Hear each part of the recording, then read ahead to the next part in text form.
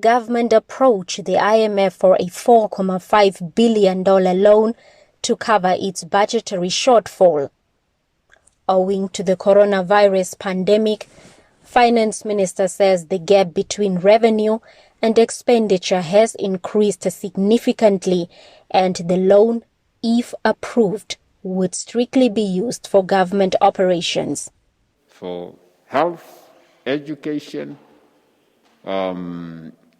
basically all the government functions to run, we need to resource those functions, and therefore that money, that is going to be raised from outside sources, and as I said, it's not only the IMF. We have the African Development Bank that we have approached, we have other institutions that we have approached.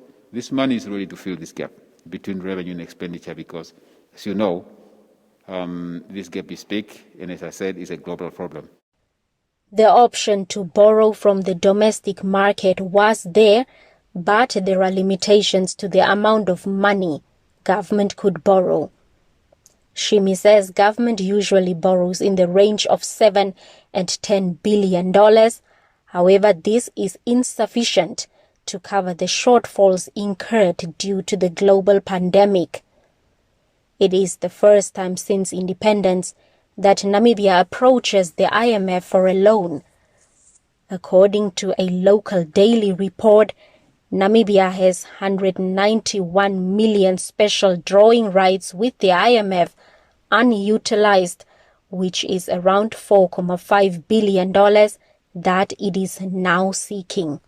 Now we are told by experts, the special fund, we said still the minister must come and show us the conditions, if there are any other conditions, before he signs.